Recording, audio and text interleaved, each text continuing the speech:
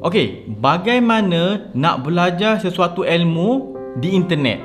Hari ni saya akan tunjukkan cara saya macam mana saya belajar skill sebarang ilmu lah dekat internet ni. Sebab saya bukan buat video saja, saya buat benda yang berkaitan dengan engineering, elektronik, benda-benda kerja pertukangan kayu pun saya belajar. Semua je kebanyakannya daripada internet. Main ukulele ni pun saya belajar kat internet.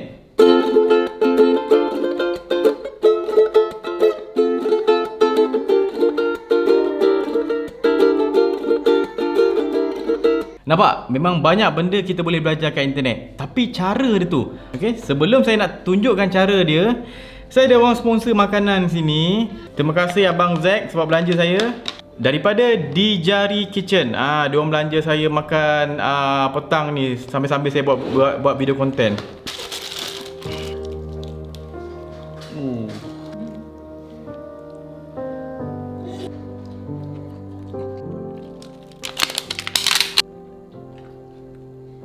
Good. Alright, macam mana kita nak dapatkan knowledge ataupun nak train satu skill menggunakan internet, bersumberkan internet. Step pertama adalah kita perlu tahu apa yang kita nak belajar tu dan kita dapatkan dia punya basic idea. Contohnya kita nak buat belajar pasal sistem solar. Kita cari kat Google ke apa, cari masuk dulu apa itu sistem solar supaya kita dapat kenal pasti apa yang kita tahu dan apa yang kita tak tahu. Contohnya macam ni, okey. Sistem solar, kita nak buat sistem solar. Solar tu mungkin tenaga datang daripada cahaya matahari. Okey, benda itu kita tahu. Tapi apa benda yang kita tak tahu? Kita kena kenal pasti benda tu. Apa yang kita tahu? Matahari saya dah tahu, tenaga tu datang daripada cahaya matahari. Itu mungkin untuk orang beginner kan. Tapi dia tahu macam mana nak convertkan cahaya matahari tu kepada tenaga elektrik contohnya kan. Dia pun buat research apa itu maksud sistem solar.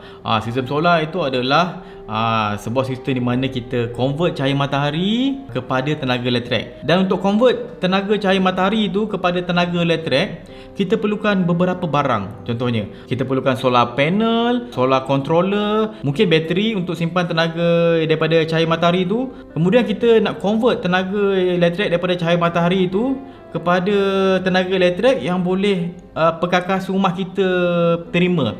So kalau kita nak pakai blender, boleh pakai blender, gunakan tenaga daripada cahaya matahari. So kita dah kena pasti barang-barang tu, nampak? Walaupun kita tak tahu benda-benda yang diperlukan tu, tapi kita dah dapat general idea apa yang kita tak tahu. Okay. Itu step pertama, kita dah kenal pasti apa yang kita tahu dan kita dah kenal pasti apa yang kita tak tahu lagi. Step kedua, baru kita research benda yang kita tak tahu tu. Ini kelebihan internet. Internet sangat mudah untuk research. Kalau dulu nak research sesebuah ilmu tu, kita kena jumpa doktor ni, kita jumpa orang yang pandai kat sini, orang pandai sini, susah. Macam orang dulu belajar agama kan, dia kena berguru dengan sini. Okey, tok guru ni mahir bab fiqh contohnya kan. So dia belajarlah fiqh bertahun kat orang tu. Lepas tu dia dah tahu bab fiqh, tapi dia nak belajar pembahagian harta pusaka macam mana? Muamalat contohnya. Jadi cikgu fiqh tadi tu tak tahu bab muamalat, dia tak pakar. Jadi dia kena pergi dekat cikgu yang ada pakar kepakaran muamalat pula. Dia kenalah pergi belajar itu. Itu dulu. Sekarang kita nak cari ilmu fiqh, kita nak cari ilmu muamalat, boleh just Google saja. Kemudian skill untuk mencari, kalau Google ataupun YouTube ke mana-mana platform kat internet ni, kita kena pandai. Jangan ambil bulat-bulat semua benda. Kita kena banyak research. Lepas tu kita kena cari point yang paling strong dan paling relevant, paling logik. Kita pakai yang itu. Google, internet, Facebook apa semua ni, ilmu-ilmu tu kita kadang tak tahu sumber dia datang daripada mana. Mungkin orang tu main gebang suka hati dia je. Mungkin ada yang datang daripada pakar. Ada pula daripada kalangan pakar pun kadang-kadang pakar ni pendapat lain, pakar ni pendapat lain kan. Nampak? Jadi kita kena research sebanyak mungkin possibility dan kita combine kan, kita cari satu yang kita rasa relevan, paling logik. Itu cara dia. Mungkin ada orang kata, apa ni ilmu kau, ilmu Google. Itu kalau saya dengar orang cakap macam tu, saya memang betul-betul tak, memang saya akan rasa kolotnya orang ni.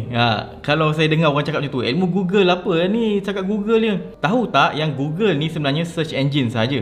Dia sebuah platform yang memudahkan orang nak mencari maklumat. Itu Google, search engine. Okey, siapa yang sediakan maklumat tu? Maklumat itu disediakan oleh orang. Orang tu ada terdiri daripada cikgu, terdiri daripada golongan profesional, orang ada PhD, profesor, engineer, doktor-doktor, pakar-pakar. Diorang semua tu sediakan konten, letak dekat internet dan Google mencari konten-konten tu. Itu fungsi Google. Jadi kalau kita belajar daripada Google, Bukan kita belajar dari Google, kita belajar daripada siapa yang kita rujuk tu. Contohnya kita cari dekat internet perbezaan mazhab, 4 mazhab. Nampak tu? Orang kata, apa ni ilmu kau dapat kat Google je, kau duk cari pasal mazhab. Tapi kalau banyak-banyak website yang keluar dekat Google tu, kalau dia pergi buka dekat laman web mufti wilayah persekutuan ke apa, kan dia punya penerangan tu lebih dipercayai. So benda tu walaupun dapat daripada Google, itu ilmu yang betul, sebabnya yang buat ilmu tu adalah mufti. Dia bukan pasal kita belajar kat Google, kita belajar kat mana. Cara kita belajar tu, cara kita dapatkan ilmu tu, macam mana kita nilai ilmu tu, kita compare dengan ilmu-ilmu lain, lepas tu kita combine, lepas tu kita rasa mana yang lebih logik, mana yang lebih diterima akal dan kita boleh pakai untuk kita punya pegangan. Sama je kalau pergi belajar kat berguru, contoh dia pergi berguru kat guru sekian. Kalau guru tu Ayah Pin, kan dah ajar ajaran sesat. Berguru juga tu, tapi yang gurunya Ayah Pin. Nampak? Jadi korang kena pandai pilih. Okey, sambung balik poin saya tadi. Yang pertama adalah dapatkan basic idea apa benda yang kita nak belajar tu. Kita kena kenal pasti apa yang kita tahu dan kenal pasti apa yang kita tak tahu. Step kedua tadi saya dah kata kita research benda yang kita tak tahu. Dah settle research semua, kita kena aplikasikan ilmu tu. Okey, untuk part aplikasi ilmu ni, ini mungkin ada yang boleh mudah diaplikasikan, ada yang agak sukar, dan ada yang macam tak logik untuk diaplikasikan. Contohnya yang mudah diaplikasikan, contohnya kita belajar design software, kita boleh dapatkan trial. Contohnya software demo, kan banyak. Dia kebanyakan software profesional ni, dia akan ada dia punya trial ataupun demo dia.